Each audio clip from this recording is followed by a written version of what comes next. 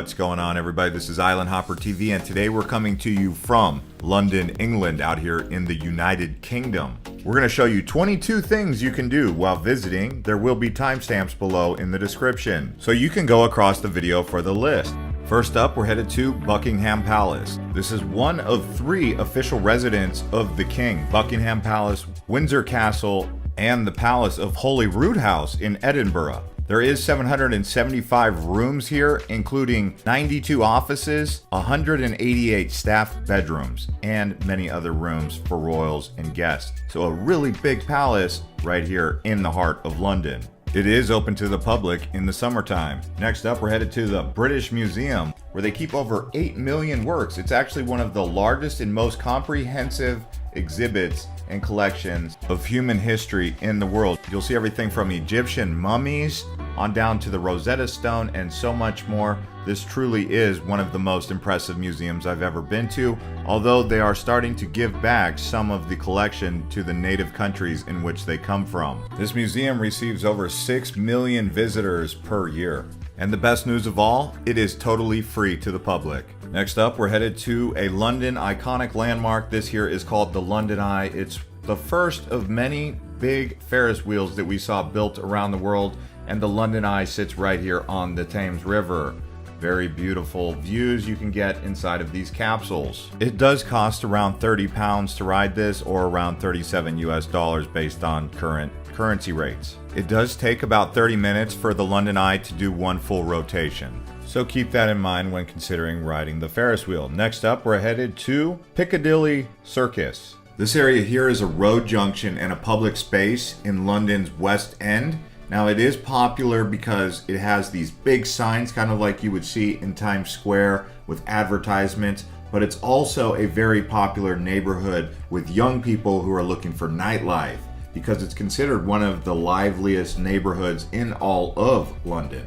I would suggest that if you're looking for a hotel or an Airbnb, that it's nearby this area of Piccadilly Circus. This is one of a few top locations. Next up, let's talk about the main thoroughfare in London, the Thames River. Now, it is the longest river in all of England at 215 miles. Now, while here, you can actually take a river boat cruise. They have many different ferries that go up and down here, and it's a great way to see historical London from the comfort of a boat here on the Thames. Now let's talk about markets. They have very many markets here, including Borough Market, which is a fresh food market. But you could also go to Maltby Street Market, the Brick Lane Market, Camden Market, so many different markets around here. I mean, the list really goes on, but you should try to visit more than one market while here in London. One of the best times to actually visit these markets is during Christmas time because of all the festivities going on across the city, but the markets benefit the most from this. Here is a look at the Horse Tunnel Vintage Market. There's Camden Market and Stables Market nearby. And then, of course, the scene at Christmas looks like this. Plenty of fresh seafood and other cuts of meat can be found in these markets. Next up, we're headed to Big Ben, the clock tower. The actual name is the Great Bell, or the Great Clock of Westminster. After all, right next door is the Palace of Westminster, where the Parliament is located. Now, the clock tower was built in the year 1859, but has seen several makeovers since those years. It is the 3rd largest clock tower in the UK at over 316 feet tall. It is a UNESCO World Heritage Site and certainly a landmark here in the great city of London. If you wanted to go to the Parliament, you would go over towards Westminster Abbey from here after crossing the bridge. Speaking of bridges, let's take a look at the Tower Bridge. Now, this iconic bridge here is often confused with the London Bridge. This one is the Tower Bridge going over towards the tower. In the background, you will see the Shard Tower. The bridge itself was built in 1886 and completed in 1894.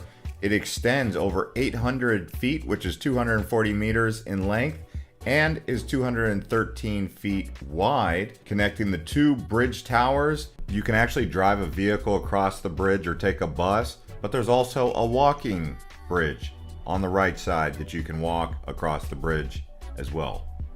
And in the area of the Tower Bridge, you'll see the Tower of London, which is another place we'll add to the list. There's also the London Wall, HMS Belfast, which we will be showing you a little later on, And just a little bit down the river is the London Bridge, the Southwark Bridge, and the Millennium Bridge. As we keep this Things to Do in London video going here, I want to remind you guys to check the description below. We have full Things to Do travel guides. Barcelona, Paris, and Rome. All videos down below. Watch all three if you can. And I even recommend sending these videos to your friends and family that you want to have join you on a trip to Europe. This is the information you're looking for of the premier cities. A great way to get around London is a big bus tour. They have the big bus, which is like a hop on, hop off, but they also have those red double-decker buses. If you get a chance to go over any of the bridges in one of those, try to sit up top. It's really a great view. This here is a look going over the Westminster Bridge towards Big Ben. If you decide to go with the double-decker bus, you can actually get a fare for one way as cheap as £1.75, but if you do a full day, it's £5.25 per person. The big bus is a bit more expensive and those do vary.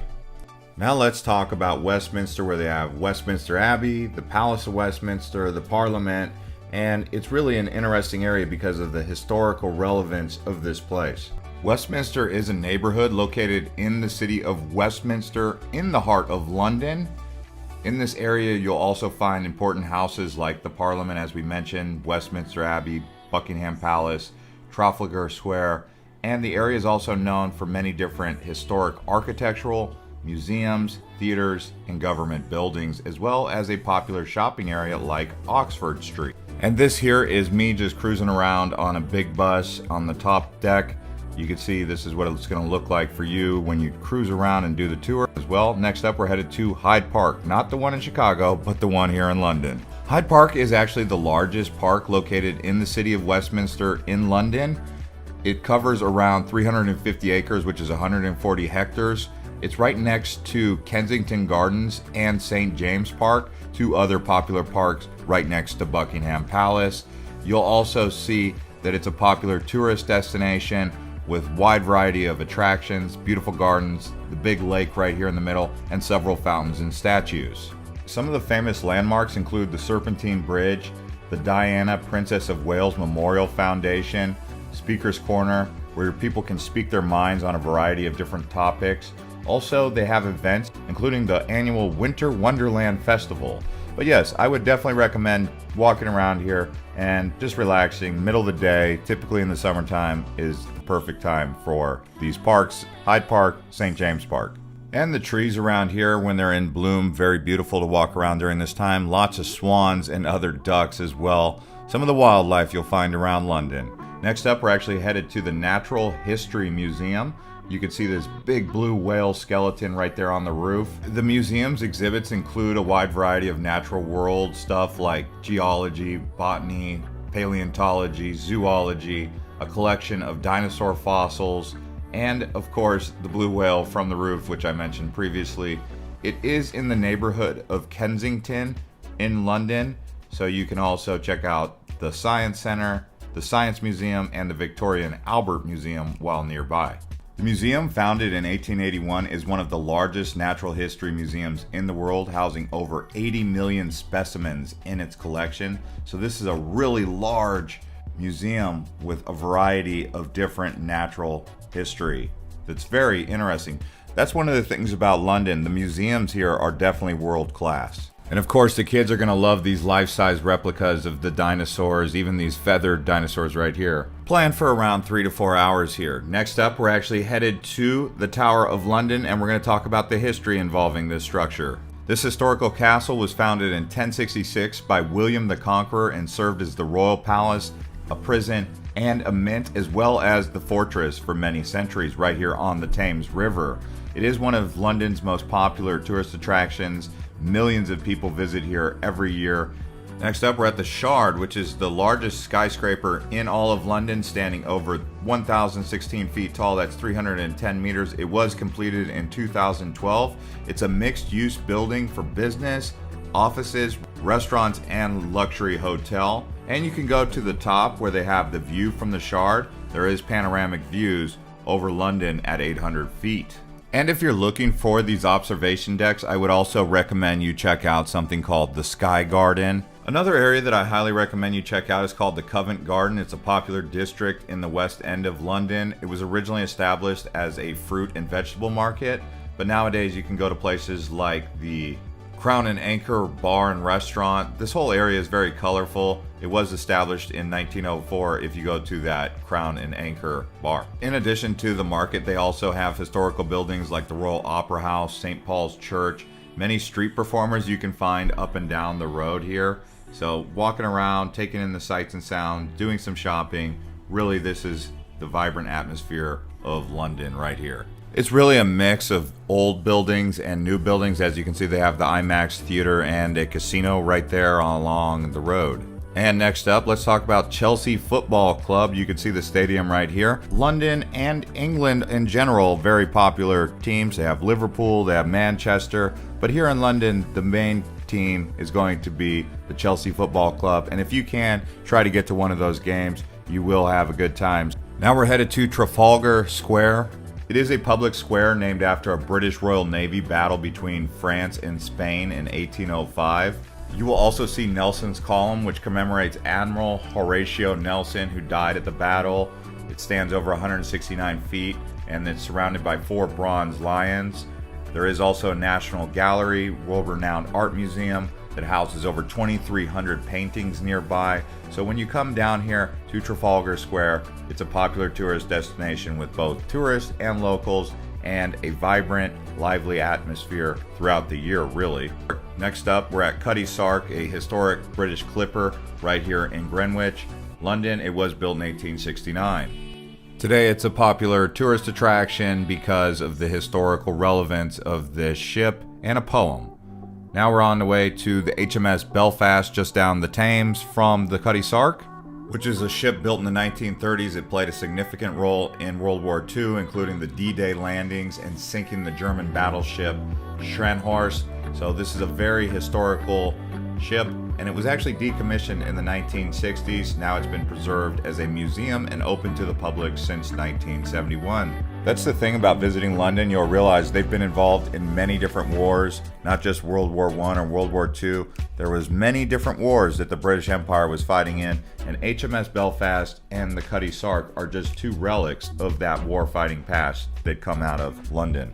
And now we're at the Tate Modern, which is a contemporary art museum located on the Bankside area of London. So this has a network of galleries that you'll want to check out if you're into art. They have sculptures, paintings, and photographs. As well as having a permanent collection, they also have a variety of temporary exhibitions throughout the year. On to the London Underground, also known as the Tube. It is a rapid transit system that has over 270 stations and 400 kilometers of track. It's a really big metro that goes all across the London area. It operates 24 hours a day. It's not just underground, by the way. There are some areas that go above ground. It was originally opened in 1863, so it was one of the very first metro systems in the entire world. Now let's talk about the food and cuisine. While here, obviously English breakfast is very popular. You can see they've got sausages, eggs, they've got bacon and tomatoes, sometimes some mushrooms. Very popular also fish and chips, fresh fish that's actually deep fried, and some French fries. Also, you can see a variety of different other cuisines that involve mostly sausages and various cuts of meat, and also beer. Lots of beer here in London. Well, that's 22 things to do in London. Hope you guys enjoyed it.